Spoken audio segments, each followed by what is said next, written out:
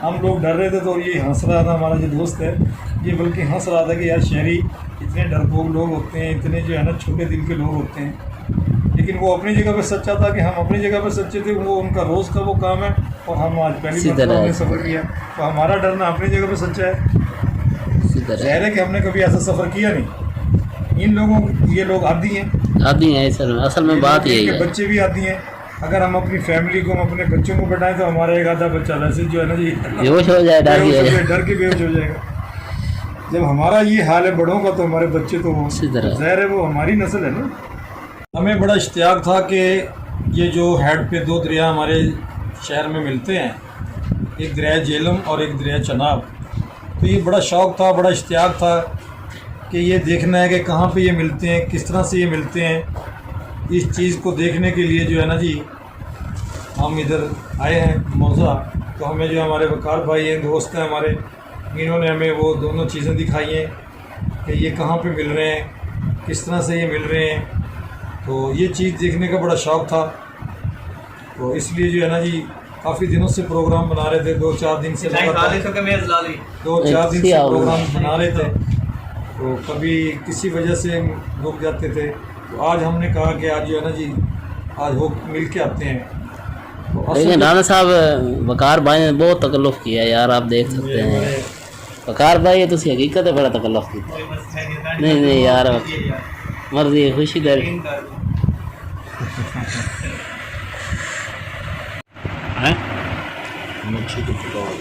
हाँ, ये सालन आप देख सकते हैं। ये हमने समझा चिकन का सालन था लेकिन ये फ़िश का सालन है। तो जब खोला सही तरह तो पता चला, तो अब ये फ़िश के यानी कि उन्होंने पकोड़े बनाया फ्राई करके, बड़े मज़ेदार लग रहे हैं। राना साहब आप शुरू करें।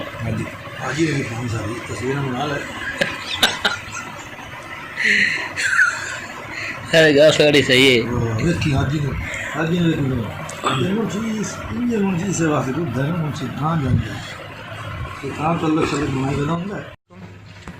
कि अब वकार भाई के यहाँ बैठे हुए थे, खाना वगैरह अब खाया, खाने से फ़ारग होकर अब बाहर निकले हैं। तो अब जो है इलाके का मौज़े का तो विज़िट करते हैं। तो आइए चलते हैं, ये चलते हैं। ये ट्रैक्टर चल रहा है।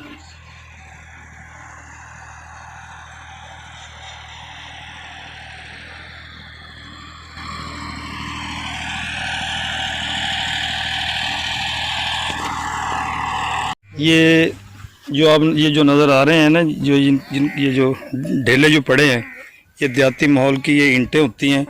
इनसे ये मुकामी लोग जो देहाती लोग हैं ये अपने कच्चे घर तामीर करते हैं और ये बड़े पायदार और बड़े मजबूत होते हैं। ये इसकी दीवारें बनते हैं, जिस तरह ये ईंट लगा लो, ईंट बनी है, ये पक्की ईंटों से ज़्यादा मजबूत होते हैं और पायदार होते हैं।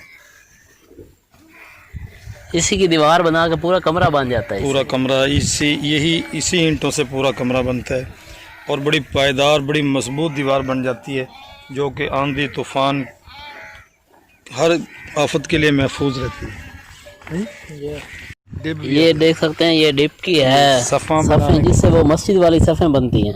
इस पर नमाज पढ़ी जाती है और बड़ी डिज़ाइन की बनाई जाती हैं, बड़ी रंगदार, बड़ी खूबसूरत सफ़ें होती हैं। जब ये तैयार हो जाती है तो ये देखने के लायक होती है, बड़ी दीदा ज़ेब, बड़ी खूबसूरत। जब ये मस्जिद में बिछाई जाती है उस वक्त बड़ी खूबसूरत होती है, इसमें रंग भरे जाते हैं और जो है ना जी बड़ी इसकी सेटिंग की जाती है, बड़ी खूबसूरत लगती है। जो मैल है ये सब साफ़ हो जाती है, उस वक्त ये बड़ी खूबसूरत नज़र आती हैं।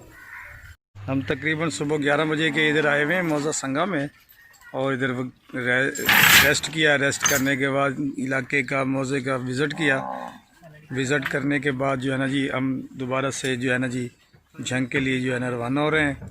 तो अब बेड़ी जो है जी वो तैयार है। भाई आप देख सकते हैं, हाँ देख सकते हैं वकार भाई जो बेड़ी को तैयार कर रहे हैं चलने के लिए। तो अब इंशाल्लाह जो है ना जी हम जंग के लिए रवाना हो रहे हैं। तो ये आप बता देना भाई बेड़ी पे कितना टाइम लगता है यहाँ से हेड तक? तकरीबन यहाँ से हेड का 5-7 किलोमीटर सफ़र है और तकरीबन घंटा पौना घंटा जो है ना जी वो हेड तक जाते लग जाता है। यहाँ में ही रहेंगे। ये सफ़र जो है वो पानी का ही है, पानी में सफ़र होगा। तो हमें तो डर लगता है पहले। हाँ, रास्ते में हम घबराते भी रहे क्योंकि पानी बड़ा गहरा था और